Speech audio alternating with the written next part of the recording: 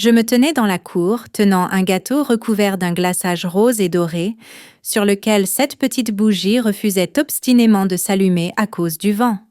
Ma fille, Maëlle, était assise seule à la table d'anniversaire, que nous avions décorée la veille, de ballons brillants et de serpentins. Elle regardait sans cesse le portillon. Elle attendait. Je continuais de lui répéter que quelqu'un allait forcément venir. Mais il n'y avait personne.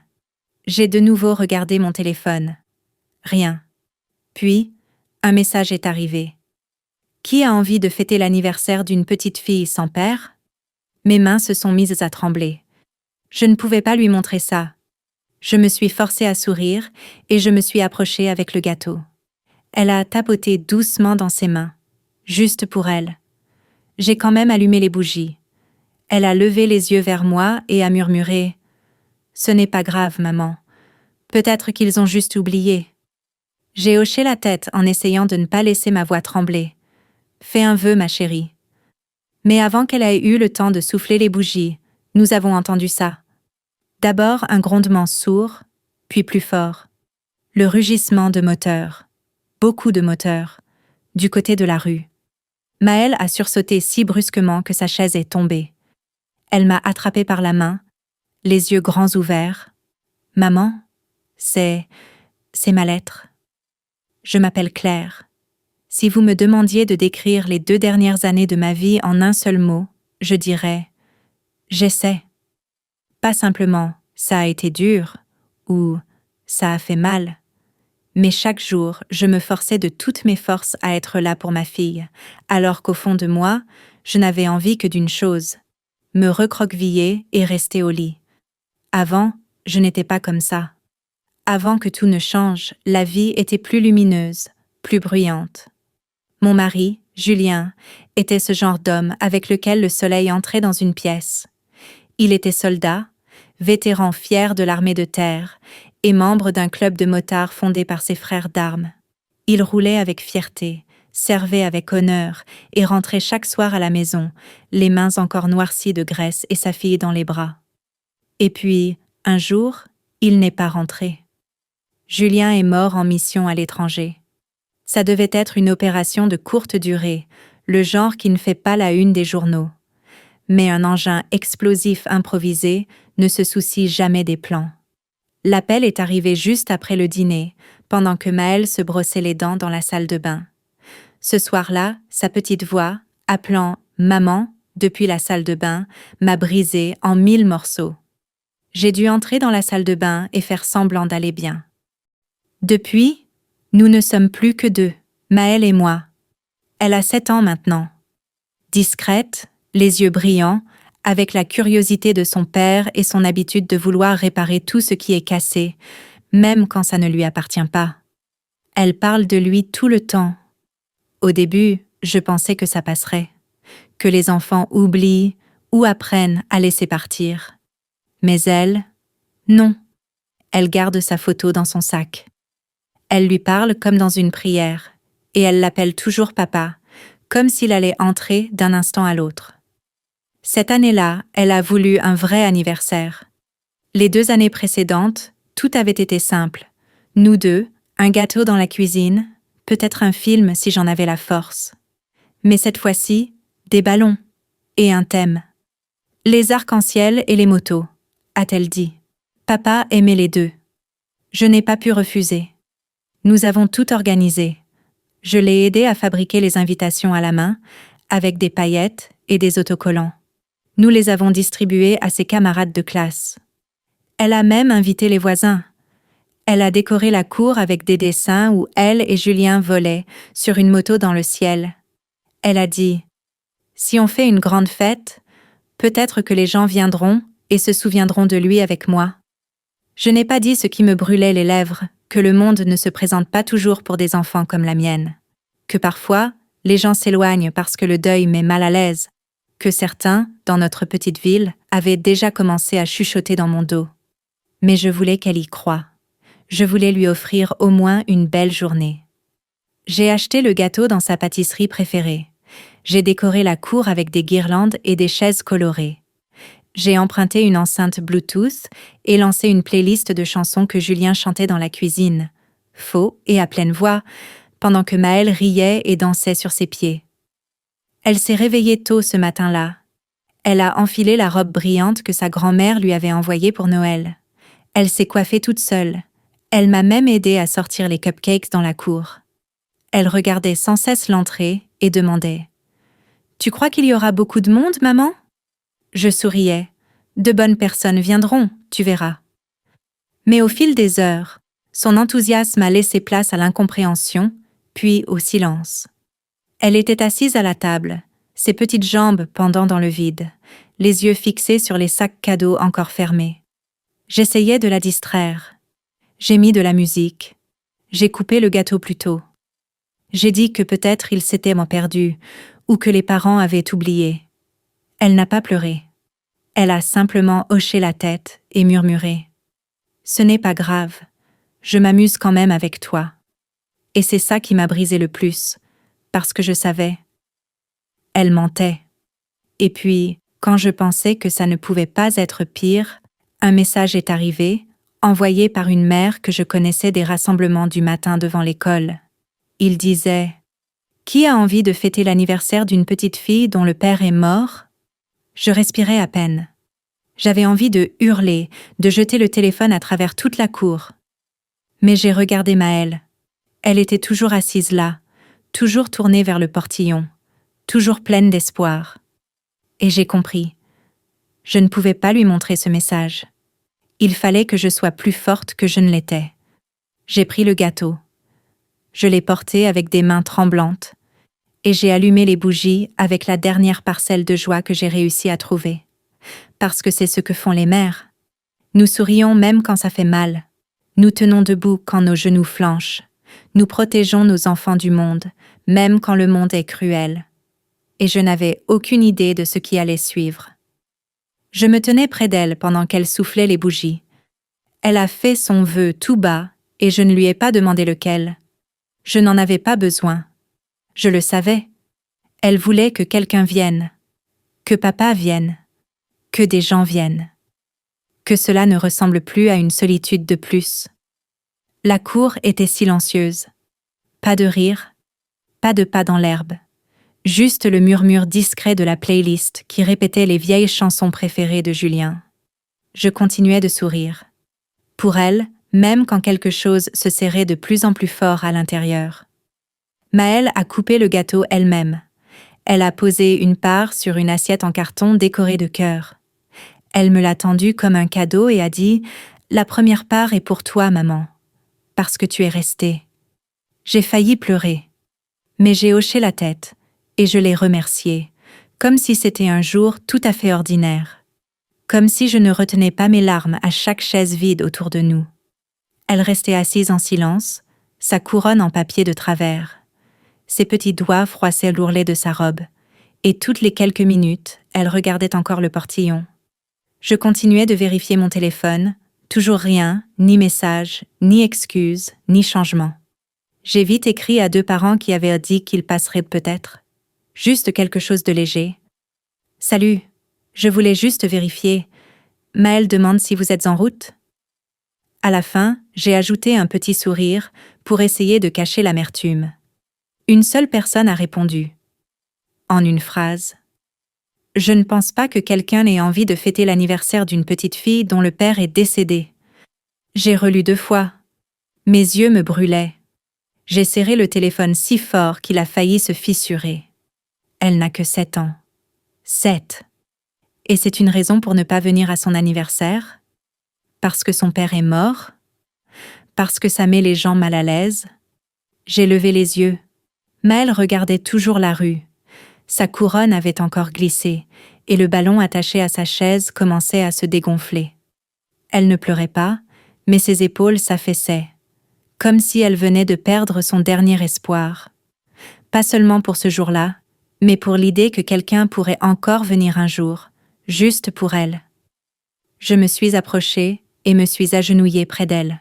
« Maëlle, » ai-je dit doucement, « tu sais, tout le monde ne comprend pas combien il faut de force pour continuer à avancer. » Elle m'a regardée et a demandé C'est parce que papa n'est plus là? Je ne savais pas quoi répondre. Je voulais la protéger de la vérité, mais je ne voulais pas non plus lui mentir. Pour certaines personnes, c'est difficile d'être près d'enfants courageux, ai-je dit. Et toi, mon cœur, tu es la personne la plus brave que je connaisse. Elle a hoché la tête. Puis elle s'est penchée sous la table et a sorti une enveloppe blanche soigneusement pliée. Elle était là depuis tout ce temps, posée près des sacs cadeaux. Elle me l'a tendue sans dire un mot. « Qu'est-ce que c'est ?» ai-je demandé. « Je l'ai envoyée il y a quelques semaines », a-t-elle dit. « Je ne te l'ai pas dit, je voulais que ce soit une surprise. » J'ai ouvert l'enveloppe et j'ai vu une copie de la lettre, écrite de sa main. L'orthographe était parfois hésitante, les mots un peu maladroits, mais tout était parfaitement lisible. « Bonjour, je m'appelle Maëlle, j'aurai bientôt 7 ans. Mon papa s'appelait Julien. Il faisait de la moto et il était militaire. Il est mort il y a 2 ans, mais je l'aime toujours. J'ai vu des photos de vous avec lui. Il n'y aura pas beaucoup de monde à mon anniversaire, mais si vous connaissiez mon papa, ça me ferait très plaisir que vous veniez. Avec amour, Maëlle. » Je tenais cette lettre comme quelque chose de fragile, comme si elle pouvait se briser au moindre souffle. « C'est toi qui l'as envoyée ?» ai-je demandé. « J'ai trouvé une des boîtes de papa dans le garage », a-t-elle répondu. Il y avait une adresse au dos. Je l'ai recopiée sur l'enveloppe. Je ne savais pas si ça arriverait. Je la regardais, bouleversée. Elle n'avait attendu aucune aide. Elle n'avait demandé aucune permission. Elle avait simplement mis tout son cœur dans cette lettre et l'avait envoyée dans le monde, toute seule. J'ai de nouveau regardé le portillon. Toujours rien. Ni voiture, ni moto, juste la lueur douce de la dernière bougie qui se consumait derrière nous. Même s'ils ne viennent pas, ai-je dit, c'était un geste incroyablement gentil et courageux. Elle a haussé les épaules. Sa voix était basse. J'espérais juste que quelqu'un se souviendrait de papa. Je l'ai serré dans mes bras, sans savoir quoi faire de plus. Je lui ai embrassé le sommet de la tête et murmuré « Moi, je me souviens de lui chaque jour. » Et, à cet instant, pour la première fois de toute la journée, elle a souri. J'ai apporté la lettre à l'intérieur et je l'ai posée sur la table de la cuisine, comme une relique. Je n'arrivais pas à m'en détacher. Je la relisais encore et encore. Les mots étaient simples, mais ils contenaient plus d'amour que tout ce que j'avais vu ces dernières années. Elle n'écrivait pas pour un miracle. Elle s'ennuyait simplement de son père. Elle voulait que quelqu'un se souvienne de lui avec elle. Plus tard, quand le dernier ballon s'est dégonflé et que la musique s'est tue depuis longtemps, j'étais assise dans le salon. Maëlle dormait déjà, enveloppée dans une nouvelle couverture aux couleurs de l'arc-en-ciel. Je repassais cette journée en boucle dans ma tête. Les chaises vides, le silence, le message sur mon téléphone, mais plus que tout, sa lettre, et le fait que ma fille avait fait ce que moi, je n'avais pas eu la force de faire depuis la mort de Julien. Elle avait tendu la main. Et moi, pendant 2 ans, je m'étais cachée derrière les tâches du quotidien, la routine, l'habitude de tout garder à l'intérieur. Je n'avais contacté personne du passé de Julien, ni les gars du club avec qui il roulait, ni ceux qui étaient venus aux funérailles, en veste de cuir et grosses bottes, debout en silence, la tête baissée. Je n'avais rappelé personne. Je n'avais répondu à aucune lettre. Je pensais protéger Maëlle. Je pensais rendre son monde plus simple et plus sûr. Mais peut-être qu'en réalité, je l'isolais simplement. Et peut-être moi aussi. Je suis allée au garage, le seul endroit que je n'avais presque pas touché depuis tout ce temps. Les cartons étaient toujours là, soigneusement empilés, étiquetés de l'écriture de Julien. J'en ai ouvert un, marqué « Club ». À l'intérieur, il y avait de vieilles photos, des écussons, des bandanas et un carnet usé rempli d'adresses et de noms. Maëlle n'avait pas envoyé sa lettre au hasard. Elle avait trouvé cet endroit, trouvé un nom. Dans l'une des enveloppes, il y avait une adresse de retour. Elle appartenait à un homme nommé Lucas, l'un des amis les plus proches de Julien. Il se tenait au premier rang lors des funérailles, le visage fermé comme de la pierre. Je me suis souvenue alors. le regard calme, les yeux bienveillants, les épaules larges comme une montagne. Un homme peu bavard qui avait serré Julien dans ses bras avant son départ, comme s'il savait que ce serait la dernière fois. Je me tenais dans l'obscurité du garage, la lettre dans une main et une vieille paire de gants de Julien dans l'autre. L'air portait encore l'odeur de l'huile et du cuir. J'avais l'impression de le sentir près de moi. Pas d'une façon mystique, simplement dans le poids des souvenirs qui m'écrasaient la poitrine. C'est à ce moment-là que je me suis décidée. J'ai pris mon téléphone et composé le numéro inscrit à côté du nom de Lucas. 4 sonneries. J'ai failli raccrocher. Et puis, une voix grave. « Lucas !» à l'appareil. Je me suis figée. Pendant un instant, je ne savais pas quoi dire. Puis j'ai simplement commencé à parler. « Bonjour, Lucas. Vous ne me connaissez pas. Je m'appelle Claire. Je suis la femme de Julien. Enfin, je l'étais. C'est-à-dire, je le suis toujours, mais je me suis arrêtée. J'ai respiré profondément et j'ai recommencé. Ma fille, Maëlle, vous a envoyé une lettre. Peut-être l'avez-vous reçue. Je voulais juste vous remercier si vous l'avez lue. Et si ce n'est pas le cas, ce n'est pas grave. J'avais juste besoin que vous sachiez qu'elle pense à lui tous les jours. Et elle ne demande rien d'extraordinaire. Elle voulait simplement que quelqu'un qui se souvient de lui soit là. Il y a eu un silence à l'autre bout du fil. J'ai cru que la communication avait coupé. Puis Lucas a parlé. J'ai lu la lettre. Un silence. 2 fois. « Elle a le cœur de Julien », a-t-il dit. J'ai montré la lettre aux autres. Nous réfléchissions depuis longtemps à la manière de reprendre contact sans raviver ta douleur. Nous ne voulions pas faire plus de mal, mais maintenant qu'elle a tendu la main, tu peux en être sûr, nous viendrons. Je ne savais pas quoi dire. Je crois que j'ai seulement murmuré « Merci ». Il a ajouté « Dis-lui que nous sommes fiers d'elle. Dis-lui que les frères de son père sont toujours en selle. » Nous avons raccroché, et je suis restée longtemps assise sur le sol du garage, serrant les gants de Julien contre ma poitrine. Pour la première fois depuis 2 ans, j'ai senti que je n'étais plus seule, que peut-être, Julien avait laissé autre chose derrière lui que des souvenirs. Il avait laissé des gens. Il avait laissé un héritage. Et Maëlle, ma fille obstinée et courageuse, l'avait retrouvée. Le matin, elle s'est réveillée comme si rien n'avait changé. Elle a demandé « On peut finir le gâteau au petit déjeuner ?» Je lui ai répondu « Bien sûr ». Puis j'ai ajouté « Hier, j'ai appelé quelqu'un. Cette personne a lu ta lettre. » Ses yeux se sont illuminés. « Ils ont dit quelque chose ?» a-t-elle demandé. « Ils ont dit que ton papa serait fier de toi et qu'il viendrait. » Elle a cligné des yeux, sans comprendre tout de suite. « Ils vont venir ? Ici ?» J'ai souri. « Oui, ils vont venir. » Elle n'a pas crié ni sauté de joie. Elle est restée immobile une seconde, puis m'a entourée de la taille et a posé sa joue contre moi. Sa voix était douce, mais assurée. Je savais que quelqu'un se souviendrait de lui. Le soleil descendait derrière les arbres, inondant la rue tranquille d'une lumière dorée. Maëlle et moi étions encore dans la cour. Elle avait insisté pour qu'on ne range pas les décorations, au cas où. Je n'ai pas protesté. Elle était assise sur le perron, un cupcake à la main, fredonnant tout bas, et sa couronne arc-en-ciel reposait à côté d'elle. C'était déjà le soir quand nous avons entendu le premier grondement. D'abord, j'ai cru à un tonnerre lointain, ce roulement bas qui traverse l'air. Mais le ciel était clair. Le grondement s'est amplifié. Ce n'était pas le tonnerre. C'étaient des moteurs. Plusieurs à la fois.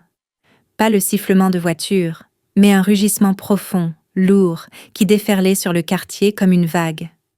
Maëlle a relevé la tête d'un coup. Ses yeux se sont agrandis. Elle s'est levée lentement et s'est approchée du bord du perron. Le bruit se rapprochait. Les pneus ont chuinté sur l'asphalte. La première moto a tourné au coin de la rue. Une grosse Harley-Davidson noire, des pièces chromées qui accrochaient le soleil. Le pilote portait une veste en cuir usé. Puis une deuxième moto est apparue, puis une troisième, et d'autres encore. J'ai perdu le compte après la 20e.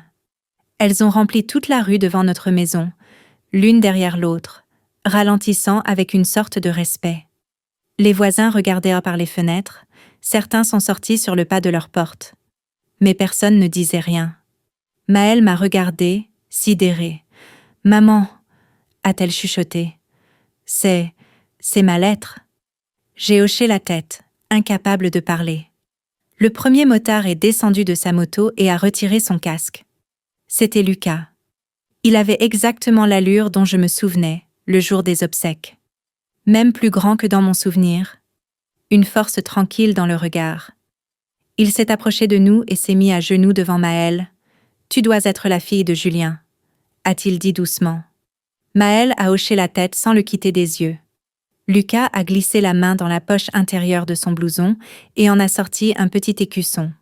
Il avait la forme d'un bouclier, avec les initiales de Julien brodées en fil doré. Au-dessus, il y avait écrit « L'héritage de Julien ». Il l'a tendu à Maëlle. « Ton papa était l'un des meilleurs hommes que j'ai connus. On a roulé ensemble, on s'est battus côte à côte. Quand on a reçu ta lettre, on a compris. On devait être là. » Maëlle a baissé les yeux vers l'écusson, puis a relevé le regard vers lui. Sa voix était toute petite. « Vous le connaissiez vraiment ?» Lucas a souri. « On ne faisait pas que le connaître. On l'aimait. Et lui, il t'aimait. Il parlait de toi tout le temps. Il disait que tu étais la plus belle chose qu'il ait faite de sa vie. » Derrière lui, les autres motards ont commencé à décharger. L'un a roulé une énorme glacière pleine de soda et de jus. Un autre portait une pile de cadeaux emballés. Une femme, en bottes de motarde, a installé une table pliante, qu'elle a couverte de cupcakes et de biscuits décorés de petites motos et d'étoiles. Et puis, quelqu'un a sorti une surprise que personne n'attendait. Un tout petit chiot beagle, avec un ruban rouge autour du cou. Maëlle a poussé un petit cri. « Ce petit s'appelle Buddy », a dit l'un des motards. Julien disait, un jour, qu'il voulait offrir un chien. On s'est dit que le moment était venu. Maëlle s'est agenouillée et a serré le chiot contre elle. Elle n'a rien dit pendant un long moment. Elle le tenait simplement, les yeux fermés, comme si elle avait peur que le moindre mouvement fasse disparaître l'instant. Je me tenais derrière elle, submergée. Je n'avais pas pleuré quand personne n'était venu. Je n'avais pas pleuré quand j'avais lu ce message horrible. Mais là, je pleurais. Un à un, les motards sont venus vers Maëlle. Ils se présentaient, racontaient des souvenirs de son père, lui offraient de petits cadeaux. Des livres, des écussons, même un minuscule blouson en cuir, cousu spécialement pour elle. Elle rayonnait. Pas comme les enfants rayonnent d'habitude aux fêtes, sans cris, sans bonds. Elle s'est simplement redressée. Ses yeux brillaient et son sourire ne la quittait plus. Nous avons rallumé les bougies, cette fois au milieu des gens, et ils ont chanté. Des hommes adultes, barbus, tatoués, les mains râpées, certains avec des dents manquantes, ils ont chanté « Joyeux anniversaire », rauque, puissant, la voix tremblante. À un moment, pendant la chanson, Maëlle m'a jeté un regard. Un seul regard, très court, mais il contenait tout. La gratitude, le soulagement, la joie, l'espoir. Quand la chanson s'est terminée, Lucas a levé une canette de soda et a dit « À Julien, à Maëlle et à la famille, pour qu'elle ne soit jamais oubliée. » Tous ont levé leur canette, à la famille. À cet instant, plus rien n'avait d'importance, ni le fait que, quelques heures plus tôt, la cour était vide, ni que les cupcakes commençaient à ramollir, ni que les décorations avaient été malmenées par le vent. L'anniversaire de Maëlle était devenu inoubliable, parce que l'amour était arrivé. Pas sous la forme qu'on attendait, mais sous celle dont on avait besoin, sur 2 roues, en cuir, avec la mémoire dans le dos. Tard le soir, quand les moteurs se sont tus et que le soleil avait complètement disparu derrière les arbres, j'étais dans la cuisine, en train de faire la vaisselle. Maëlle était assise par terre en pyjama, serrant le chiot contre elle. Elle l'avait appelé Buddy, comme on l'avait proposé. Il s'était déjà endormi dans ses bras. Elle a levé les yeux et a dit « C'était le plus beau jour de ma vie ». Je me suis arrêtée, une assiette dans les mains. Je l'ai juste regardé. Les cheveux en bataille, les joues encore marquées de crème. Mais elle brillait comme elle n'avait pas brillé depuis la mort de Julien. Elle n'avait plus l'air d'une petite fille qui essaie de tenir bon. Elle avait l'air d'un enfant à qui on venait de rappeler qu'il n'est pas seul. Je me suis assise près d'elle et je l'ai embrassée sur le front. C'est grâce à toi. Tu as cru que quelqu'un viendrait. Tu as cru que les amis de papa n'avaient même pas oublié. Elle a posé sa joue contre le dos du chiot et a chuchoté. Je crois que papa savait que je ne resterais pas seule. J'ai hoché la tête. Moi aussi, je crois. Quand elle s'est couchée, je me suis assise et j'ai fait défiler les photos que j'avais prises pendant la fête. Maëlle entourée de motards, tout le monde rit. Lucas la soulève pour la faire monter sur une moto. Elle tient l'écusson comme si c'était de l'or. J'ai publié une photo. Maëlle sourit en tenant Buddy dans ses bras, et derrière elle, les motos alignées le long de la rue. Je n'ai pas mis de légende. Il n'y en avait pas besoin. L'image parlait plus fort que n'importe quel mot. 1 heure plus tard, elle commençait déjà à circuler. Des amis la partageaient, des inconnus la commentaient. Des parents de l'école m'envoyaient des excuses. Certains avouaient qu'ils ne savaient pas ce que nous traversions. D'autres disaient qu'ils ne savaient pas comment parler de la mort à leurs enfants et qu'ils avaient évité la fête pour ça. Je n'ai pas répondu à tout le monde, mais j'ai lu chaque message. Je n'étais plus en colère. Plus maintenant. Ce qui s'est passé hier, c'était de la douleur. Mais ce qui s'est passé aujourd'hui a tout changé. Les amis de Julien n'étaient pas venus seulement pour Maëlle. Ils m'ont rappelé que le deuil n'est pas obligé d'être silencieux. Il n'a pas à se cacher dans l'ombre du malaise des autres.